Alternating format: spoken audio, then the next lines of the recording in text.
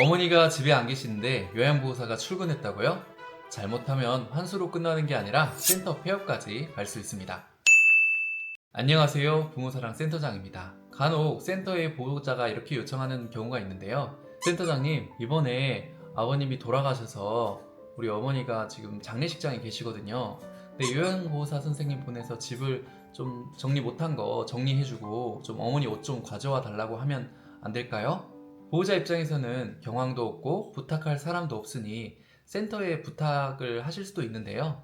센터는 부탁을 거절하기 어렵고 요양보호사 선생님은 난처할 수 있습니다. 어차피 어르신을 위한 서비스인데 왜 안 되나요? 이렇게 생각하실 수 있습니다. 하지만 이 요청은 장기요양 서비스 기준에는 명확하게 문제가 되는 내용인데요. 오늘은 왜 안 되는지, 공단은 어떻게 확인하는지, 적발되면 어떤 일이 발생하는지 정확하게 알려드리도록 하겠습니다.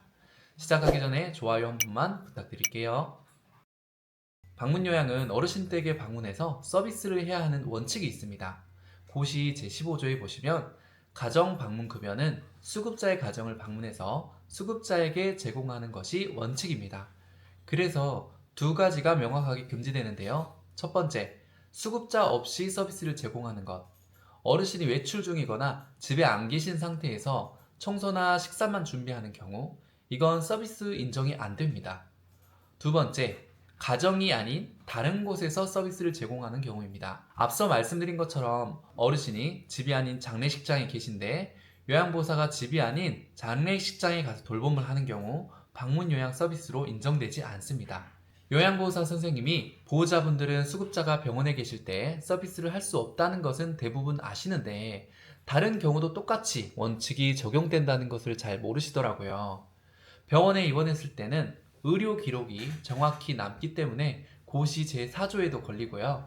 조회만으로 환수 대상에 쉽게 걸리는 내용이기 때문에 교육을 많이 하는 내용입니다. 병원과 마찬가지로 상가집에 있는 경우에도 어르신 댁에서 서비스를 하는 것이 아니기 때문에 환수 대상입니다. 어르신이 복지관에 가 있는 경우는 어떨까요? 그 시간도 서비스를 진행하는 것이 안 됩니다. 정리하면 어르신이 실제로 어르신 댁에 계시고 어르신에게 돌봄이 이루어져야 그 시간이 인정됩니다. 그럼 이걸 공단이 어떻게 알까요? 그냥 아무도 모르게 하면 되지 않을까요? 이런 생각하는 분이 계실 수 있는데요. 생각보다 많은 루트로 건강보험공단에서는 이런 부정한 방법으로 서비스를 제공하는 것을 확인하는데요. 첫 번째는 전산 데이터로 확인합니다. 어르신의 병원 진료 기록, 장기 외출 기록, 그리고 비행기 타는 기록, 이런 여러 가지 기록들이 서비스 시간과 겹치지 않는지 시스템이 요즘은 자동으로 걸러내 준다고 하거든요. 두 번째, RFID 동선 확인. 요양보호사의 태그 기록과 수급자의 실제 상태를 대조해요. 예를 들어서 RFID 찍는 시간과 어르신이 병원에서 진료를 시작하는 시간이 몇 분밖에 되지 않는데 실제 이 거리를 차로 이동한다고 해도 몇십 분이 걸리는 경우에는 의심해 볼 만 하겠죠. 셋째, 불시 현지 조사. 그러한 기록들이 반복된다면 공단 직원은 예고 없이 방문을 합니다. 어르신이 안 계시면 그 자리에서 바로 그 내용을 기록하고 부당 청구로 기록하는데요. 거짓이나 부당한 방법으로 급여 비용을 청구한 경우에는 노인장기요양보험법 제37조 제1항에 따라서 지정 취소 또는 6개월 범위 내에 업무 정지를 내릴 수 있습니다. 업무 정지를 내리면 사실상 폐업이나 마찬가지인데요. 차라리 이럴 때는 이렇게 하면 어떨까요? 보호자님, 요양보호사 선생님은 법적인 업무 범위 때문에 서비스 제공이 어려운데요. 대신 제가 개인적으로 가서 어르신 옷 챙겨서 다녀오고 간단하게 정리해놓고 나오겠습니다. 처음에는 이런 규정을 설명해 드리는 게 보호자 입장에선 불편할 수 있지만 나중에 적발돼서 환수당하고 영업정지 맞아서 서로 얼굴 붉히는 것보다 처음부터 정확한 기준을 안내해 드리는 게 서로를 위한 길이겠죠. 그러고 보면 센터장의 역할이 참 중요한 것 같아서 좀 책임감을 느끼는데요.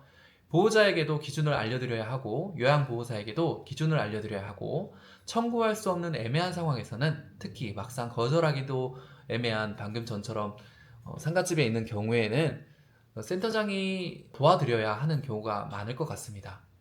만약 요양보호사 선생님이 실수로 태그를 찍어버리셨다면 안타깝지만 근무로 인정해 드릴 수 없다고 단호하게 말씀드려야 하는데요. 센터의 올바른 근무 문화를 만드는 것은 시간이 걸리지만 반드시 센터장이 해야 할 일이기 때문입니다.